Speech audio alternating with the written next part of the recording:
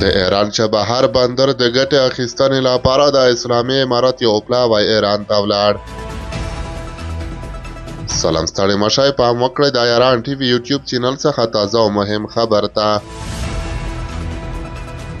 د پاکستان سره په سوداګرۍ او ترانزیت کې له ستونزو سره هم مهاله په وچه کې راایسار افغانستان هڅه کوي چې د ایران نه چابهار بندر خپل تجارت زیات کړي.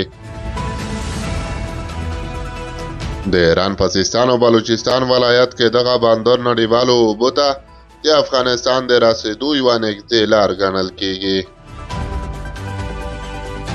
د افغانستان د سوداګرۍ او پانګونې خونې د مشرتابه هیات غړی خنجان الاکوزی په اوسنیو شرایطو کې چابهار بندر د افغانستان د سوداګرۍ لپاره مهم ګڼي او وایي چې په اوسنیو شرایطو کې چابهار بندر د افغانستان د سوداګرۍ لپاره مهمه ده، ځکه موږ ته د پاکستان په کراچۍ کې ستونزې پیدا شوي. موږ لیواله یو چې د چابهار بندر له لارې خپل تجارت زیات کړو. د پیسو په انتقال او نورو مسایلو کې ځینې ستونزې لرو، خو باید حل شي. ښاغلی الاکوزی په دې اړه زیاتوي چې نن سبا د چابهار بندر له لارې د مالونو انتقالات په منظم ډول نه کیږي.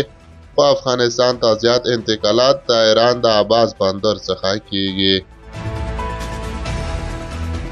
له چابهار بندر د ګټې اخیستنې د زیاتولو پر سر د مذاکراتو لپاره پرون د افغانستان د صنعت او سوداګرۍ وزارت په مشرۍ د ریاست الوزرا اقتصادي مرستیالۍ، ترانسپورت او هوایي چلند وزارت، د بهرنیو چارو وزارت او مالیې وزارت د استازو یو هیات ایران ته ولاړ.